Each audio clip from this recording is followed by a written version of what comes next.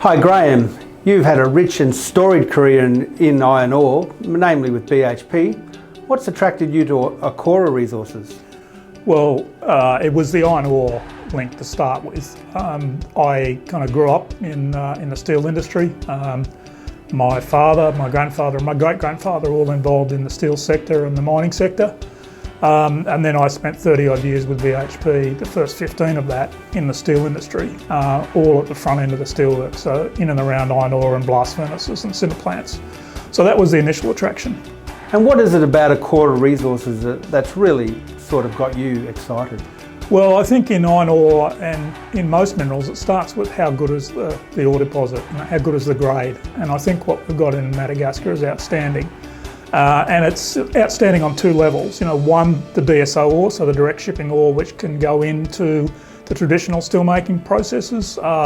And it's on the surface, it's going to be low cost. We can just basically pick it up and throw it on a ship and move forward. But then underneath that is the magnetite. And that's, again, very high grade. And that's the kind of resource that's going to be necessary for green steel in the future. For those who don't know, steel making is traditionally made in blast furnaces, but there's direct reduced iron, which is a real growth sector, and that's the real opportunity for AKORA?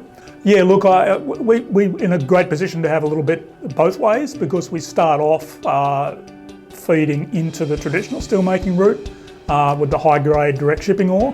But then beneath that, the magnetite ore, which is very high grade and upgrades very easily, we think, once we finish the feasibility studies, etc. That's a process where the higher the Fe content, the easier it is to make direct reduce iron. So you're basically jumping the blast furnace step, which requires the carbon input through coking coal into the blast furnace. So as a third generation steelman, what do you think you can bring to the table and help AKORA achieve its aims?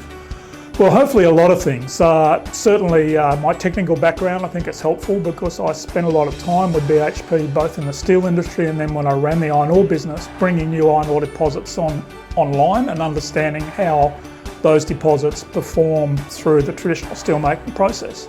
But over and above that, I've headed up a number of commodity divisions in BHP, many of those in developing countries. And so I know what's important to bring online new projects in developing countries, to get that right, not only for shareholders obviously, but for the local community, and to work with local governments and customers to underpin capital investments that can be life-changing for all of those that are involved in those kind of projects. Now I know AKORA has set up a data room for the interest they've received.